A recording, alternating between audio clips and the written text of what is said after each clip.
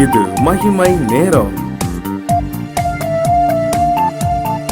ஆண்டவர் உலக ரட்சகருமாய் இருக்கிற இயேசு கிறிஸ்துவின் ஈடு இணையற்ற பரிசுத்த நாமத்தில் என் அன்பின் வாழ்த்துக்கள். இந்த நாளிலும் மத்தேயு எழுதின சுவிசேஷம் 13ஆம் அதிகாரம் அதனுடைய 22ஆம் வசனத்திலே இவ்விதமாய் சொல்லப்பட்டிருக்கிறது, முள் உள்ள இடங்களிலே விதைக்கப்பட்ட விதை. முள் உள்ள இடங்களிலே விதைக்கப்பட்ட விதை. விதைக்கிறவன் விதைத்துக் கொண்டு போகிறான், கடைசியாக அது முள் உள்ள இடங்களிலே அது விழுகிறது. முள் உள்ள இடங்களிலே அது அந்த விதை விழுந்ததினாலே, முள் வந்து அதை நெருக்கி போட்டதினாலே, அதனாலே வளர முடியாதபடி அது பலன் கொடுக்க முடியவில்லை. முள் அப்படின்னா என்ன அப்படின்னா, இந்த உலக கவலைகள், இருதயமாகிய அந்த நிலத்திலே இருக்கக்கூடிய சில முள்கள். அது என்ன முள்ளு அப்படின்னா, இந்த உலக கவலை, இந்த உலக பிரச்சனை, இந்த உலக பாடுகள், இந்த உலக நெருக்கங்கள், இது எல்லாம் அப்படியே உங்களை நெருக்கிடும். அது எல்லாம் அப்படியே உங்களை நெருக்கிடும். அது எல்லாம் உங்களை அப்படியே நெருக்கினதுனால, அது எல்லாம் உங்களை அப்படியே நெருக்கிட்டு வர்றதுனால என்ன ஆகும் அப்படின்னா, இந்த உலக பாடுகள், உலக பிரச்சனைகள், உலக கவலைகள் கிறிஸ்துவின் அண்டை உங்களை சேர முடியாதபடி அது தடை செய்து விடும். சில கிறிஸ்தவங்க இருக்காங்க, ஆண்டவருடைய பிள்ளைங்க, வாழ்க்கையில பிரச்சனையே வரக்கூடாது, அவங்களுக்கு வாழ்க்கையில எந்த நெருக்கமும் வரக்கூடாது, வாழ்க்கையில எந்த போராட்டமும் வரக்கூடாது, அப்படியே ரொம்ப ஜாலியா இருக்கணும், எந்த ஒரு சின்ன கவலை கூட வந்துடக்கூடாது. சின்ன கவலை வந்துட்டா, சின்ன பிரச்சனை வந்துட்டா அது அவங்களுக்கு பெரிய பிரச்சனை ஆக்கிடுவாங்க. அவங்களே அதை கிரியேட் பண்ணிடுவாங்க. பெரிய பிரச்சனையா கிரியேட் பண்ணி வாழ்க்கையில ஏதோ மிகப்பெரிய பிரச்சனை வந்த மாதிரி அவங்க கிரியேட் பண்ணிடுவாங்க. கிரியேட் பண்ண என்ன ஆகும்? டிப்ரெஷன்ல கொண்டு விட்டுரும், மனநோயாளியா மாத்திரும். டாக்டர்கிட்ட போய் பாருங்க, சிலர் இருக்காங்க, டாக்டர்கிட்ட போவாங்க, எல்லா ட்ரீட்மெண்ட்டும் எடுப்பாங்க, ஆனா ஒண்ணுமே இல்லம்பாங்க. கடைசி டாக்டர் பார்ப்பாரு, இவங்களுக்கு மனதுல பிரச்சனை, மனசுல பிரச்சனை இருக்கு, இந்த பிரச்சனை மூளை வரைக்கும் போய் மூளைய பாதிக்க அளவுக்கு அந்த பிரச்சனை ஆயிட்டு அப்படின்னா என்ன செய்வாரு? ஸ்லீப்பிங் டோஸ் கொடுப்பார், தூக்க மருந்து கொடுத்து, நீங்க தூங்குங்க, உங்களுக்கு ஒரு சின்ன பிரச்சனை இருக்கு, நீங்க தூங்குனீங்கன்னா எல்லாம் சரியா வந்துடும் பாரு.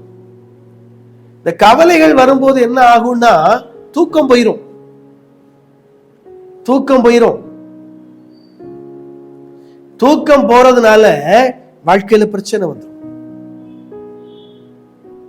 சிலருக்கு இந்த கவலைகள் அவன் தூக்கத்தை கெடுத்துரும், வாழ்க்கையில இருக்கிற பிரச்சனையை கொண்டு வந்துரும்.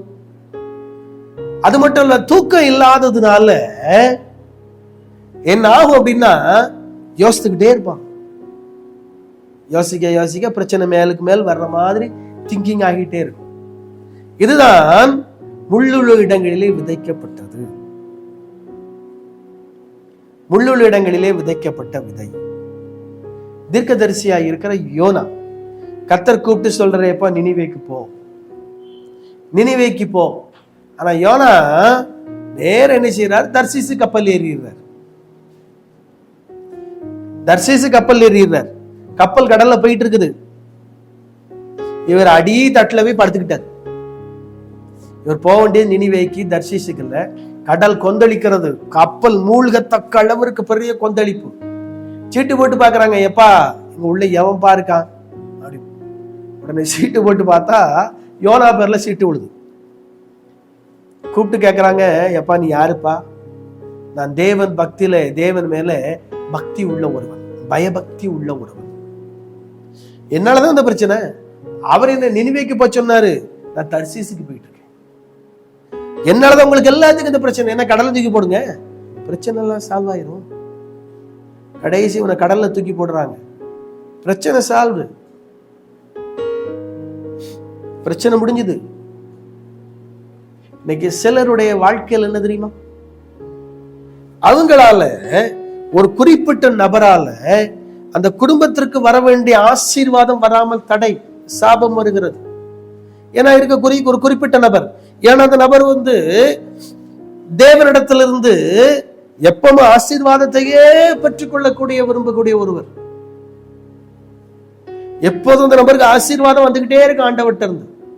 வாழ்க்கையில ஒரு சின்ன பிரச்சனை கூட வந்துடக்கூடாது, ஒரு சின்ன போராட்டம் கூட. ரொம்ப சுகமா வாழணும், உங்களுக்கு ரொம்ப சுகமா வாழணும். இன்னைக்கு சுகமா வாழணும் அப்படின்னு விரும்புனீங்க அப்படின்னா, பிரச்சனை வர்ற நேரத்துல தேவன் மேல நம்பிக்கையா இருக்கணும். உங்களுக்கு ஆண்டவருக்கு ஒப்பு கொடுக்கணும். சிச்சை தேவன் சிச்சிக்கும் போது தேவன் இடத்துல ஒப்பு கொடுக்கணும், ஆண்டவர் இடத்துல ஒப்பு கொடுக்கணும். என்னுடைய ஆரம்ப கால ஊழிய அனுபவங்கள் இப்படி கிடையாது. டிவிக்கு முன்னால உட்காந்து நான் பேசினது கிடையாது. ஆரம்ப கால ஊழியம் தெருவுல தான், தொண்டு பிரதி ஊழியம், கால்நடையாய் நடந்து நடந்து நடந்து ஊழியம். பஸ்ஸுக்கு போறதுக்கு காசு இருக்கும், திரும்பி வர்ற காசு இருக்காது. ஆனா இன்னைக்கு அப்படி இல்லை. கர்த்தர் எல்லா தேவைகளையும் அதினதின் தேவைகளை அதினதின் மாதத்திலே சந்தித்து கர்த்தர் நடத்தி கொண்டு வருகிறார். எல்லா தேவைகளையும் ஆண்டவர் சந்திக்கிறார், கர்த்தர் சந்தித்து நடத்தி கொண்டு வருகிறார். ஏன் அப்படின்னா, அன்னைக்கு வாழ்க்கையில பிரச்சனை வரும்போது முறுமுறுத்தீங்க அப்படின்னா தேவன் உங்களை உயர்த்த முடியாது. நீங்கள் முள்ளிலே விதைக்கப்பட்டவராய் மாறிவிடுவீர்கள். இருதயம் எப்படி இருக்கு? முறுமுறுப்பு இருக்கா? முறுமுறுக்கு இருக்குன்னு ஆண்டவர்கிட்ட ஒப்பு கொடுங்க. ஆண்டவரே, முறுமுறுக்கிற அனுபவத்தை மாற்றும் ஆண்டவரே அப்படின்னு கேட்போம். ஆண்டவர் மாற்றுவோம். தகப்பனே, உமக்கு ஸ்தோத்திரம்.